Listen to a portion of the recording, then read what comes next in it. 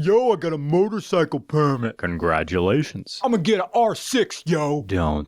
That's a horrible first bike. I'll be careful. No, you won't. Yo, I want a bike I can grow into. You'll go down before then. I know what I'm doing. I rode dirt bikes. It's not the same. My 400 could go 100 miles an hour. Trees don't merge into you. Yeah, but I rode it on the street. Illegally. Look, just get a Ninja 250 or a Honda Rebel as your first bike. I don't want to be bored in a year. You won't be. I'm gonna get an R6. Well, I'll see you in a year when you post a status update from the Lehigh Valley Hospital. Hey, check out this body, cause I love the body style of the Yamaha. I know it looks cool, but people think I'm a tool on a Yamaha. 2005 Yamaha YZF-R6. And people get these as their first bikes. I can understand the logic of what they're thinking. They may have rode a Yamaha 600 from like 1985 and thought it was slow, and yeah, that was in 85, and then they apply this logic that all 600s are slow. And I can understand something else. Let's get right into it. The Yamaha R6 can be ridden as a first bike initially. The roll-on and the torque, you can handle it under 5,000 RPM. Under 5,000 RPM, the Yamaha R6 behaves like a 250. But that's a testament to the R6 engine. It can be lugged. This didn't used to be the case. Back in the 90s, when these bikes were carbureted, they were complete dogs at low RPM and you had to rev them, but those days are gone. The 2005 Yamaha R6 represented Yamaha bringing the 600 class middleweight bikes into modern times. 600s are no longer the stepping stone between the 250 shoreline and the 1000s party boat. In 2005, the R6 got inverted forks, just like the R1. Nowadays, the jump between a 250 and a 600 is immense. 250s make like 40 horsepower. This 600 makes 124. I had a Yamaha XJ700N. That thing made 80 horsepower and it was fast. With the exception of torque, 600cc bikes these days are as good as liter bikes were in the early 90s. But this is where the conundrum happens. When you ride a Yamaha R6, just puttering around traffic, it doesn't feel fast at all. In fact, you could live your entire life and never break 500 or 600 RPM, and you could be out on the highway. This 124 horsepower double cam fuel injected motor goes 0 to 60. It makes the bike go 0 to 60 in about 3 seconds. It does a quarter mile in 11 seconds. This bike has a top speed of 157 miles an hour, and here's the kicker. It gets 44 miles a gallon. Amazing. Now, of course, it's only going to get that 44 miles per gallon if you get up in 6th gear and just stay there all the time. But the thing is, you can get up into 6th gear and just roll along at 50 miles an hour. Old 600s didn't do that. This one does. But the reputation of an R6 as a death machine comes in above 8,000 RPM. The red line of this bike is 15,500 RPM. It makes peak horsepower at 13,000 RPM. In car terms, the sensation of riding a Yamaha R6 from 2005 would be the same as driving a Mazda FD, rotary, turbo, with a good tune on it. You get nothing, okay, this is nice, oh my god!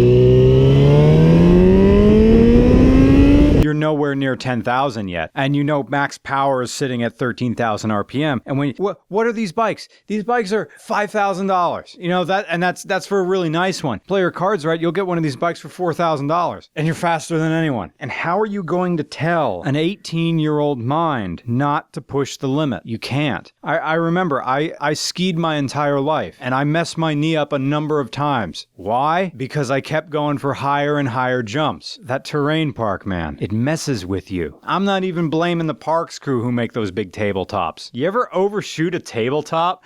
That's scary as hell. And that's what it feels like pushing the limit when you get up and you see cars coming at you so fast on a bike and you realize you're riding above your skill level. It's the same thing as skiing above your skill level, and you go off the tabletop and you see the tabletop end and you see your runway end and realize that you're coming down hard on the flat. Oh, it's that slap and you have no choice to fall. I mean, there's no way getting around this. Just eat it. But that's skiing, and this is the open road. But the thrill and the adrenaline kicks in, and that's why it's hard for me to walk away from motorcycles. Welcome to the Yamaha R6, a 600cc dick joke with gel grips and a frame stiffer than a weekday night cap. I'll take 3 fingers of bleach with a whiskey back. Among the changes to this bike for 2005 is inverted front struts, we've been over that, bigger front disc brakes, or floating discs,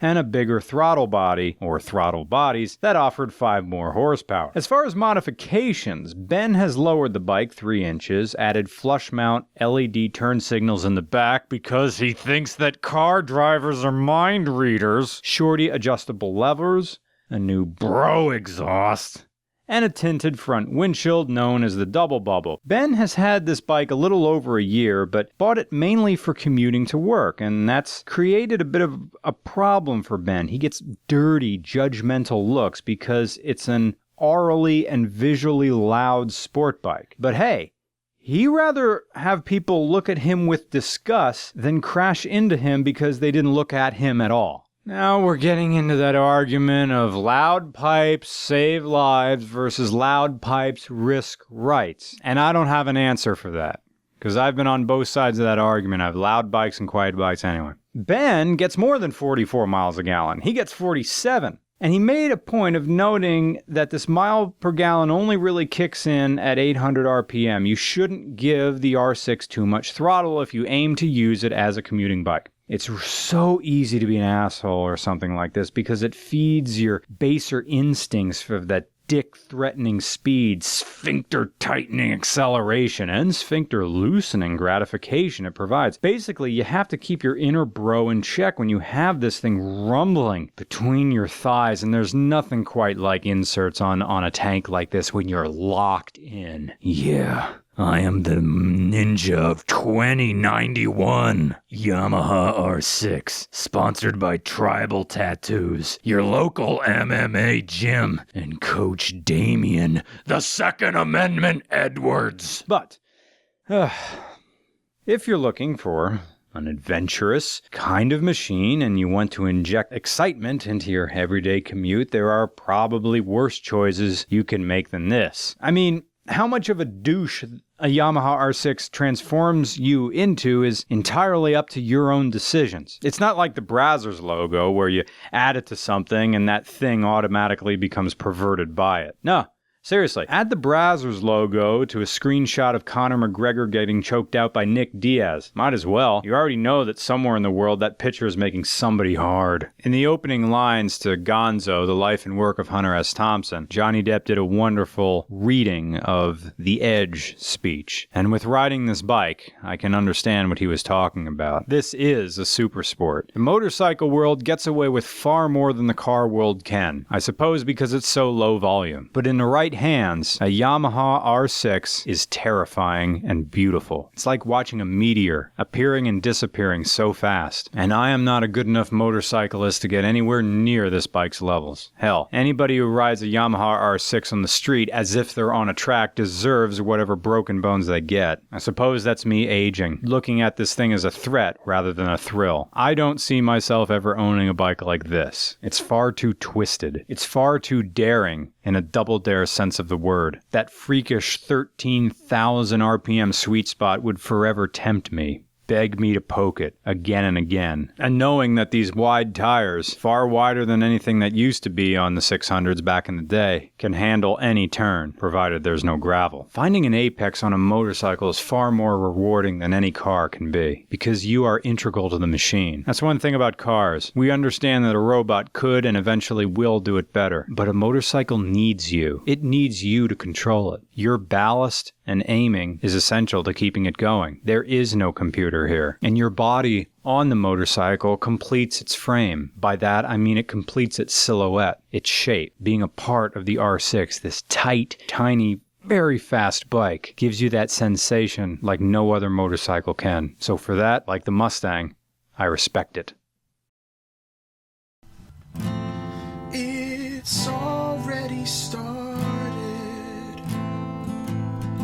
at 8,000 RPMs. It kicks on double bubble, windshields